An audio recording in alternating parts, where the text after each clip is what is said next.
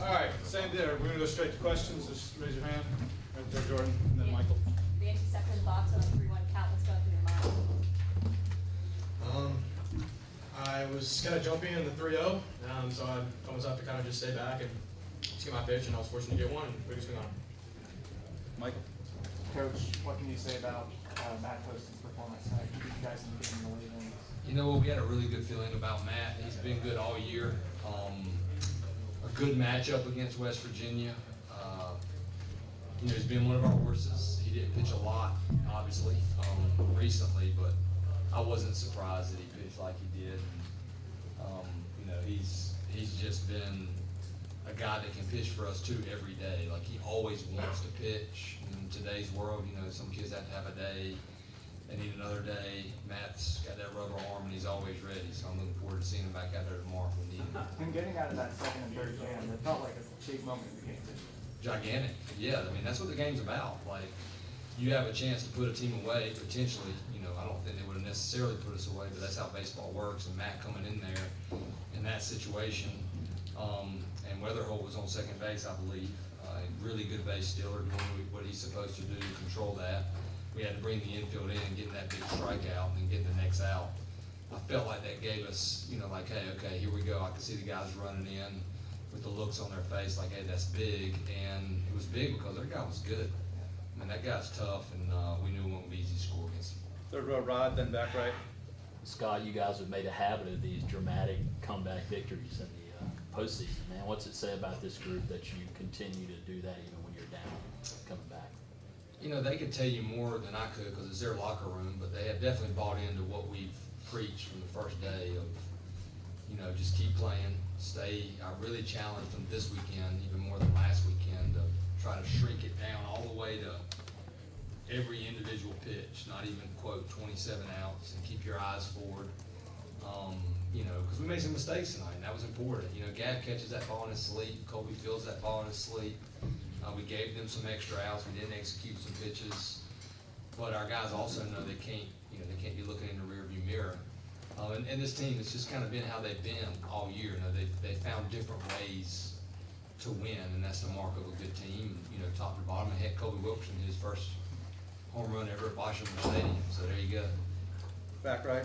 For Vance and Luke, this is obviously your first time seeing Derek Clark on the mound. What is it about him that makes him tough to go against? Obviously, you guys had some success against him today, but what is it about him that makes him tough? Yeah, he's really competitive.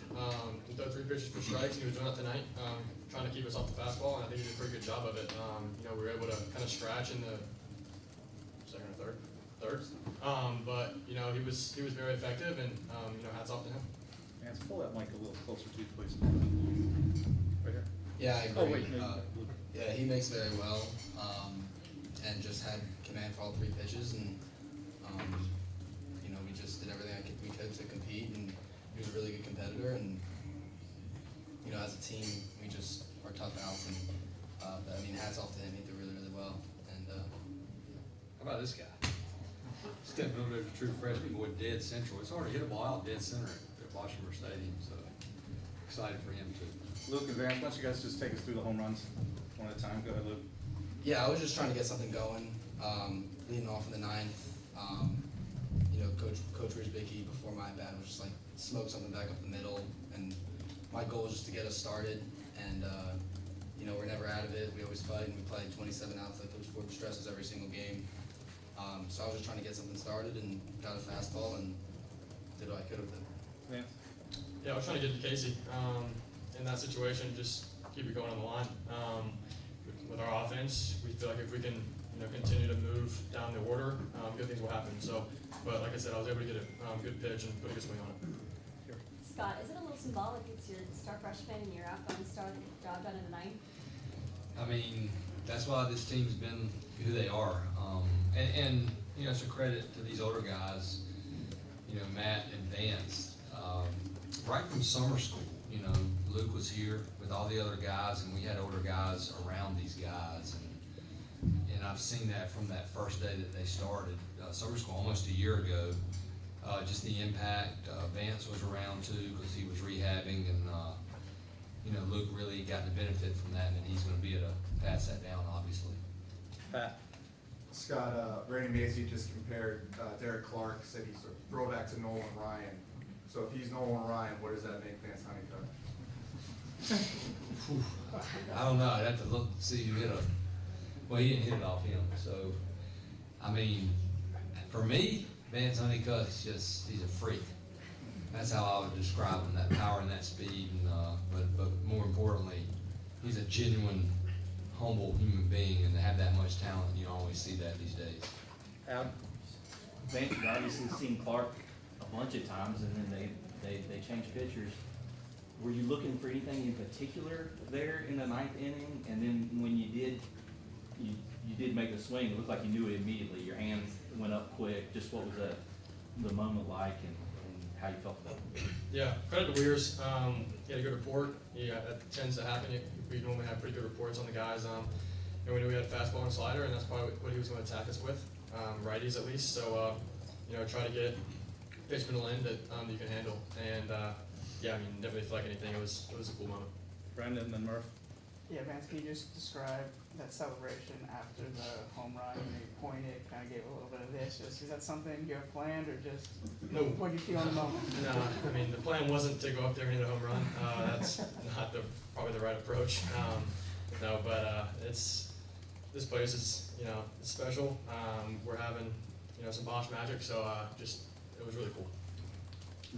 Matt, the game seemed to be like it might have been slipping away there. Two hit by pitches. They got a chance to break it open. What did you see when you got out there, and how were you able to execute? Well, I've had a lot of guys pick me up this year, so I went in there and I was like, couldn't have a worse outing than last Friday. So I'm just like, I'm just gonna go what I have, and if they hit it, they hit it. And if they don't, they don't. And I had success doing that tonight, but we also have guys that made some good plays, like Colby. The one over his head's underrated a little bit, I think, because that's usually a hard play to make, but our defense just makes it so much easier for the pitchers to go out there and feel free. Coach, Kyle West had not played in West Virginia's previous 2 games. Tonight he hits 2 home runs. Were you at all surprised to see him in the lineup? And can you just talk about, I guess, what you saw? Yeah, no, honestly, Coach Gaines, we sit down before every game and just talk through different things pitching, and we always try to talk through. Read a book by Bobby Bowden. He used to always sit down with the staff and say, okay, if the worst things happen, what are we going to do? What pitching moves are we going to make? And then I asked him about the lineup, and he said, that kid, he said, you know, I think he's going to be in the lineup and he's dangerous. And he was, you know, he hits mistakes and he's got power. So I wasn't surprised to see him in the lineup. I knew that he was dangerous and he made us pay for the mistakes. Evan, then Pat? Luke, can you kind of just talk about the mental process throughout the whole game? You got the close fight at home, obviously, and then you come in the ninth and you tied up with that big homer. Did that almost kind of feel relieving for you, knowing just like that one run could have made a difference? Yeah, no doubt. I kind of messed up the tag and had to pick my team up right there, so I wanted to get the run back. And like I said, going to the ninth, I was just trying to get something going, and that's a tag that I need to make, and I'm aware of that, and I'm going to make it again, and it's going to happen in a big moment. I'm going to be right there. Coach, you're laughing just real quick, just kind of your comments on that overall situation. Yeah, we might have joked about it in the locker room. We could joke about it because we won. And I was a catcher. You know, so I always tell these guys, these other guys, that they don't know what that real toughness is. You know, those guys behind the plate, they're rare, aren't they, Luke? Yeah. Yeah. So yeah, we were joking about it in the locker room. Pat, then Michael? Luke, I mean, we don't see guys like go 9 innings that often anymore. So what are you thinking when you come out and it's Derek Clark again for your 4th at bat against him? Yeah, it was my 4th time seeing him, so I felt like every single at bat, I kept seeing him a little bit better, and I got that first pitch fastball, and credit to him, he threw really, really well, and kind of like I was saying, I was just trying to get something going, and he was good, and yeah. Got 3 more. Michael, Grace, go ahead, Michael. This is for Luke and Coach. Luke, your home run, it looked like the West Virginia center fielder made a really good bid for it. Was there a moment where you thought he caught it as you were around at first? Yeah, I honestly thought he caught it, especially when his glove went back over the wall, and I saw the umpire wave his finger in the air, and I was pretty excited, but I thought he caught it a little bit. Grace? Luke, I saw either Coach Forbes or Coach Weirs talking to you before that at bat in the ninth. Did they say anything specific to help tee you up for that home run? I mean, like I said, Coach Weirs before my bat was just like smoke something back up the middle.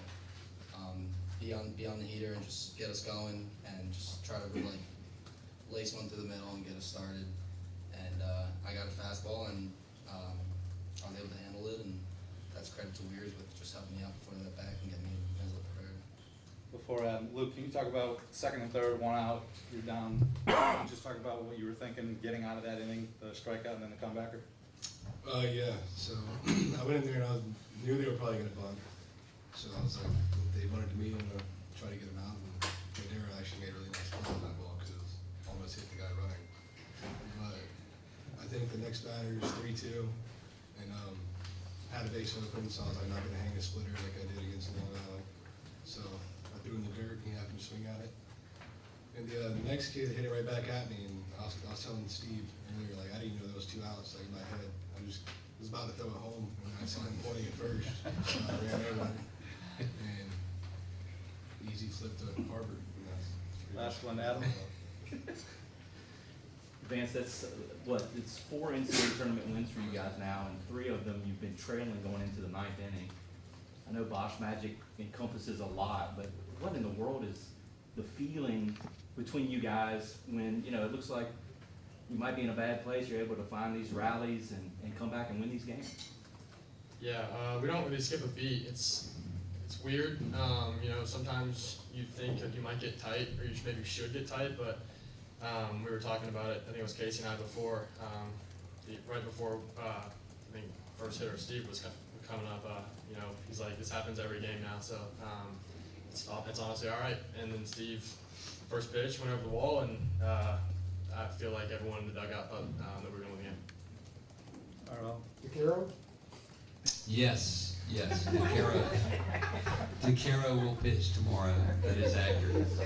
I want to add one thing about these guys too. Like, we've got some guys that are part of our team that don't wear the uniform, and I think that really helps these guys from the perspective standpoint. Colin Thompson is a big part of our program, and he spoke to our guys the other day just about enjoying every single moment and where true confidence came from. So I want to give old Colin a shout out there. anybody else? Matt hadn't talked a lot, so anybody before we go? Yeah, I got one. All right, good, Rod. Matt, did you think about last Friday night at all and the chance to get back, or how much did you flush it? What was the process there? I mean, it's hard not to think about it, obviously, but like I said, I kind of went in there thinking like I can't do any worse. So I might as well just throw what I have, and if it works, it works. If it doesn't, it doesn't. I'll try again next time, but it happened to work today, so that gives you a little bit more confidence for future outings, hopefully. Matt, I just wanted to ask on just the season as a whole. I mean, it's kind of been up and down after the season you had last year. I guess, what has that been like for you, and how big is this moment for you as forward? Last year did pretty well. This year's been up and down, like you said. But it's just baseball. Like, you never know. Like, a lot of people, it's hard to go out there and be good every time. But certainly once you do have a good outing, you feel really good about yourself. Like, confidence going forward. Like, knowing I have like Steve behind the plate, Vance in center field, and everybody else out there, it makes me feel so much easier to pitch rather than going out there stressing too much. So. In my mind, he hasn't been that bad. Like, if you really look at Matt Poston's numbers, like, he's given up a couple. It's amplified because he's given up some big hits for the other team, but if you look at those walks to strikeouts and opponent batting average, that's a guy that we want on the mound. So, he's one of our dudes, so we wouldn't be where we are without him. Aaron, last one. Yeah, Matt, one more for you. You talked about hanging the splitter last week, and I know that pitch, a lot of people regard that as not an easy pitch to command, and that you really had it. I'm curious how you got to that point. Like, were you working on that in particular in the middle of the week? Were there any adjustments made with that? No, not really. It was just, it felt better today, obviously. I think it's just because, last week I think I was just trying to overthrow it. This week I really focused on, taking a deeper breath, on the mound, after I come set, to talk to myself, make sure I execute it, even if you throw it 50 feet. I'd rather get it down than let it hang. All right, thank you, everybody. Great job, guys. Congratulations. See you tomorrow night.